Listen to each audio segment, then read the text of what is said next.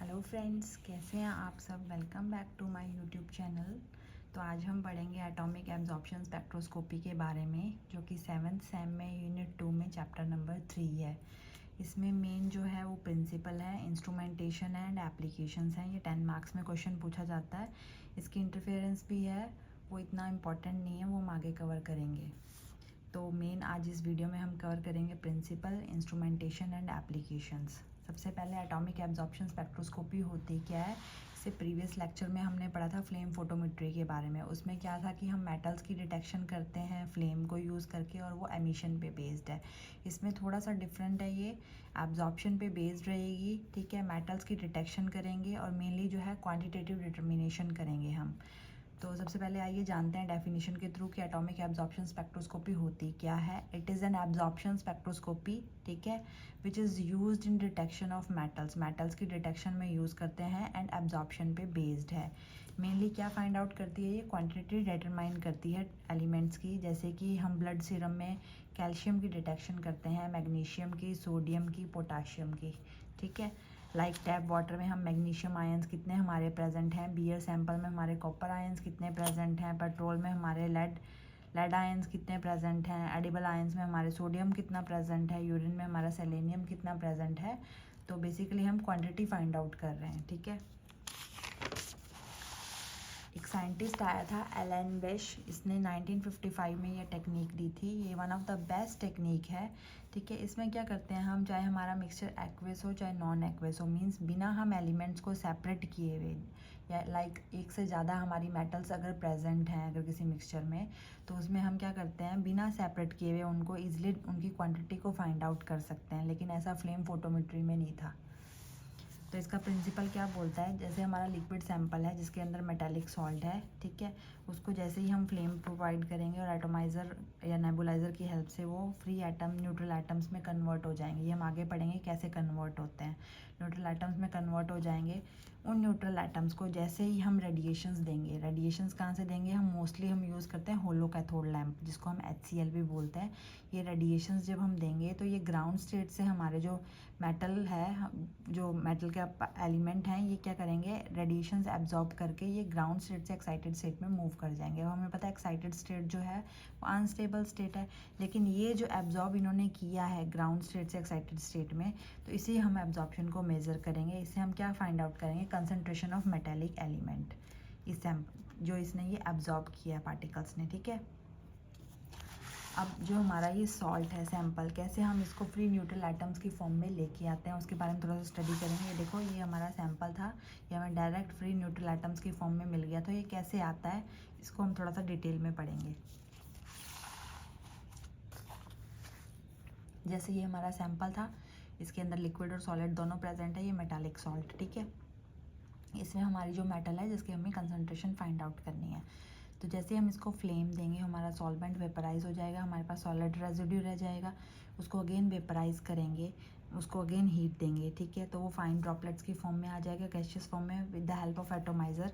यहाँ पे हम एटोमाइज़र भी यूज़ करेंगे। तो उसको फाइन ड्रॉपलेट्स की फॉर्म में कन्वर्ट कर रहे हैं और फ्लेम से हम उसको गैसियस फॉर्म में कन्वर्ट कर रहे हैं। तो हम एट द एंड हमें क्या मिल जाएंगे, free neutral atoms. In free neutral atoms को जो है हम, जैसे ही हम यहाँ पे, ये जो हमें फ्री न्यूट्रल एटम्स मिले हैं यहाँ पे, ठीक है, इसको जैसे ही हम यहाँ पे रेडिएशंस देंगे, ये फ्री न्यूट्रल एटम जैसे ही रेडिएशन देंगे ग्राउंड स्टेट से एक्साइटेड स्टेट में मूव कर जाएंगे। तो इससे हम जो है, जो हमने यूवी में पढ़ा था कि एब्जॉर्प्शन जो है वो डायरेक्टली प्रोपोर्शनल होती है कंसंट्रेशन के according to Lambert's Beer law. तो वही फंडा यहाँ पे है। एब्जॉर्प्शन हम फाइंड आउट करके हम क्या कर लेंगे, कंसंट्रेशन ऑफ मेटेलिक एलिमेंट हम फाइंड आउट कर लेंगे, क्योंकि दोनों ही जो है, एब्जॉर्प्शन जो डायरेक्टली प्रोपोर्शनल होगी कंसंट्रेशन ऑफ मेटेलिक एलिमेंट के।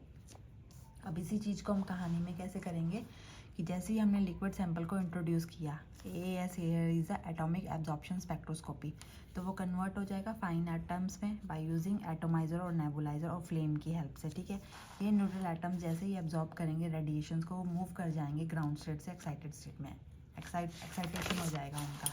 ठीक है, अब ये जो न्यूट्रल एटम्स है, ये वाली जो चीज़ है, हम अगेन इंस्ट्रूमेंटेशन में क्लियर होगी आपको। न्यूट्रल एटम्स जो हैं ये एब्जॉर्ब कर रहे हैं रेडिएशन को, लेकिन स्पेसिफिक वेवलेंथ की, और हर किसी एलिमेंट के लिए जो ये वेवलेंथ होगी वो डिफरेंट होगी। ठीक है, तो इससे हम क्या करेंगे, कंसंट्रेशन फाइंड आउट कर लेंगे, और हमें पता है कंसंट्रेशन जो है वो एब्जॉर्प्शन के डायरेक्टली प्रोपोर्शनल है। और ये जो इंटेंसिटी आई है, इंटेंसिटी ऑफ रेडिएशंस जो इसने एब्जॉर्ब किया एलिमेंट ने, ठीक है, उसको हम मेजर करेंगे फोटोट्यूब या पीएमटी से, जो कि हैं डिटेक्टर्स, जो कि हम यूवी में पढ़ चुके हैं प्रीवियस लेक्चर में डिटेल में। अगर आपको ये समझना है तो आप मेरी प्रीवियस लेक्चर की वीडियोस जो हैं वो चेकआउट कर सकते हैं। अब इसी चीज़ को जो है मैथमेटिकली हम कैसे एक्सप्रेस कर सकते हैं, total amount of light absorbed can be determined as V is equal to pi e square upon MC/NF। अब V क्या है हमारा, frequency of light path, E is the charge on the electron, M is the mass of electron, C is the speed of light, and N is the total number of atoms which can absorb at frequency V, and F is the ability for each atom to absorb at a frequency V। ठीक है, तो ये mathematical दिया हुआ थोड़ा सा, अगर आपको नहीं भी समझ आता तो इसको आप याद कर लो, ये 2 मार्क्स में पूछा जाता है, ज़्यादा उसमें है नहीं। तो अब नेक्स्ट आता है हमारा इंस्ट्रूमेंटेशन। इंस्ट्रूमेंटेशन थोड़ा सा इम्पॉर्टेंट है। इंस्ट्रूमेंटेशन में इतना हमने फ्लेम में पढ़ा था, ठीक है। ये हमारा मेटालिक सॉल्ट है, यहाँ पे ये हम O2 और एयर दे रहे हैं, ये फ्यूल है, हमारा बर्नर है, ठीक है। यहाँ पे हमारा एटोमाइज़र और नेबुलाइज़र होते हैं। तो क्या करेंगे, मेटालिक सॉल्ट जो है इसको हम गैशियस फॉर्म में कन्वर्ट करेंगे सैंपल को। सबसे पहले ये हमने पीछे पढ़ा अभी, ठीक है। तो एटोमाइज़र जो है वो हमारा क्या करेगा, न्यूट्रल सबसे पहले जो हमारा मेटालिक सॉल्ट है सैंपल को वेपोराइज़ करेगा फ्लेम की हेल्प से। फ्लेम सैंपल वेपोराइज होगा, हमें सॉलिड रेजिड्यू मिल जाएगा। सॉलिड रेजिड्यू को अगेन वेपोराइज करेंगे तो एटोमाइज़र की हेल्प से वो क्या होगा, छोटे छोटे पार्टिकल्स में जो है सैंपल को तोड़ देगा। और फ्लेम क्या करेगी, आगे उसको गैशियस फॉर्म में कन्वर्ट कर देगी, ठीक है। और यहाँ पे एटोमाइज़र जो है इसको स्प्रे कर देगा सैंपल को। ये हमारा लेंस लगा हुआ है, ये हमारा मोनोक्रोमेटर लगा हुआ है, देन डिटेक्टर है, एम्पलीफायर है, रीड आउट डिवाइस है, ठीक है। यहाँ पे ये हमारा चॉपर लगा हुआ है, ये हमारा होलो कैथोड लैंप लगा हुआ है, ये इसमें एक्स्ट्रा है। होलो कैथोड लैंप में क्या है, जब हमें, और यहाँ पे इनर्ट गैस हमारी फिल की हुई है आर्गन और नियन। जैसे ही हम इसको यहाँ पे जो है चार्ज प्रोवाइड करेंगे, यहाँ पे होलो लैंप में हमारी एक मेटल हमने रखी हुई है, ठीक है। और वो फिक्स रेडिएशन जो प्रोवाइड करेगी, जो हमने पीछे यहाँ पे डिटेल में पढ़ा था ना, ये हमने neutral atoms absorb radiation of specific wavelength which are different for different elements, ठीक है। तो वही चीज़ मैं आपको क्लियर कर रही हूँ। यहाँ पे क्या होगा हमारा, जैसे ही हम चार्ज प्रोवाइड करेंगे तो जो मेटल हमने यहाँ रखी हुई है, सपोज करो जो यहाँ पे हमने कंसंट्रेशन जिसकी फाइंड आउट करनी है वो हमारी सोडियम है, और यहाँ पे भी हम जो है होलो लैंप में हमने सोडियम रखी हुई है। जैसे ही हम चार्ज प्रोवाइड करेंगे तो ये इनर्ट गैस जो आर्गन नियन, इसका कोई इफेक्ट नहीं पड़ेगा हमारे सैंपल के ऊपर, वो मेटल की तरफ मूव करना स्टार्ट कर देगी।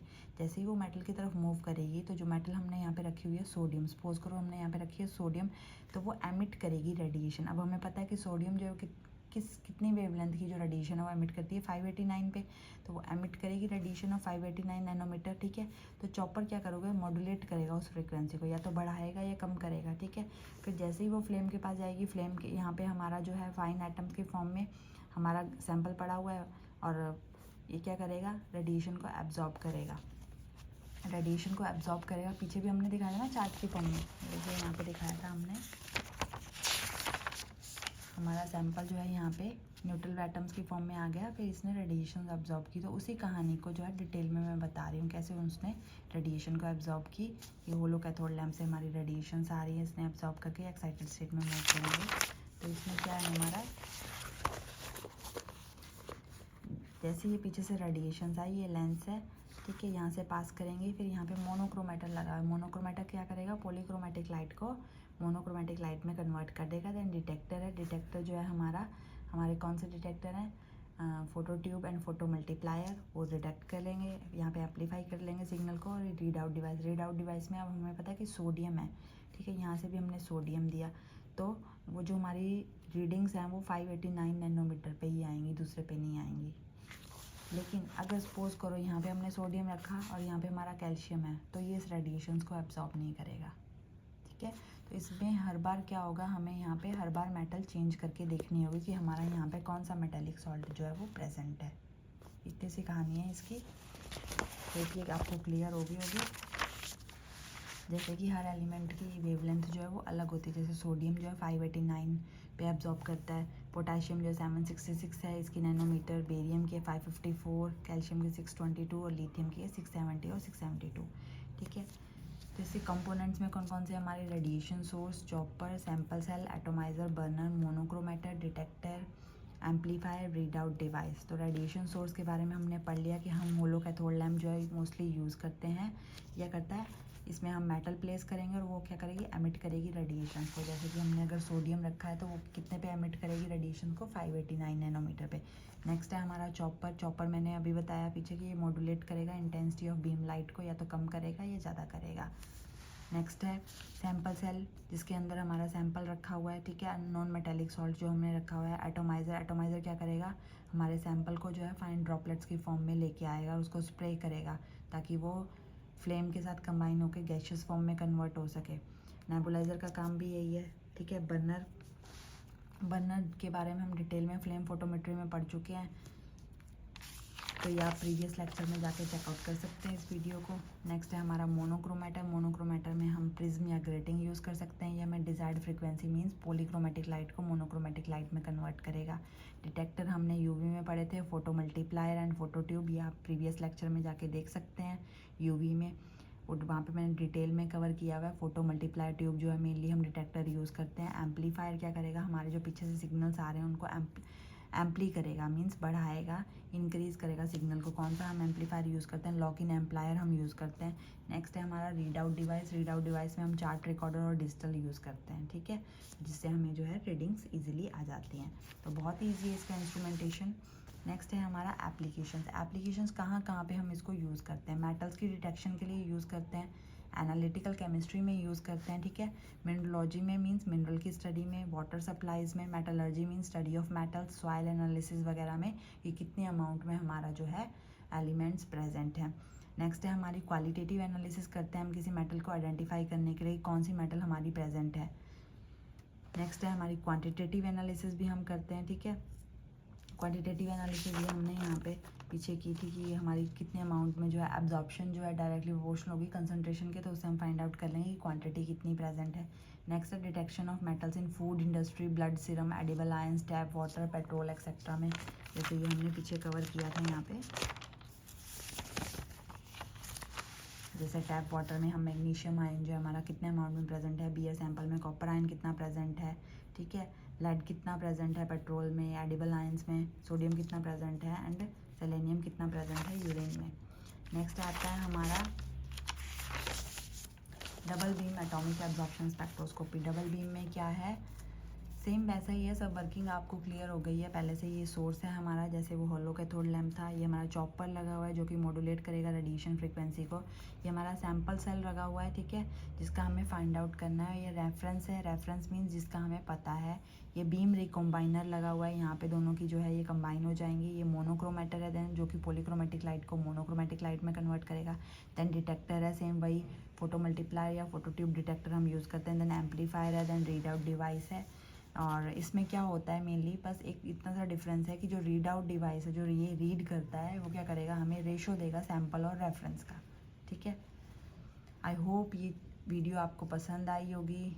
वीडियो पसंद आई तो लाइक करें, शेयर करें, सब्सक्राइब करें, और कोई डाउट हो तो कमेंट में आप लिख सकते हैं। मिलते हैं नेक्स्ट वीडियो में। Thank you.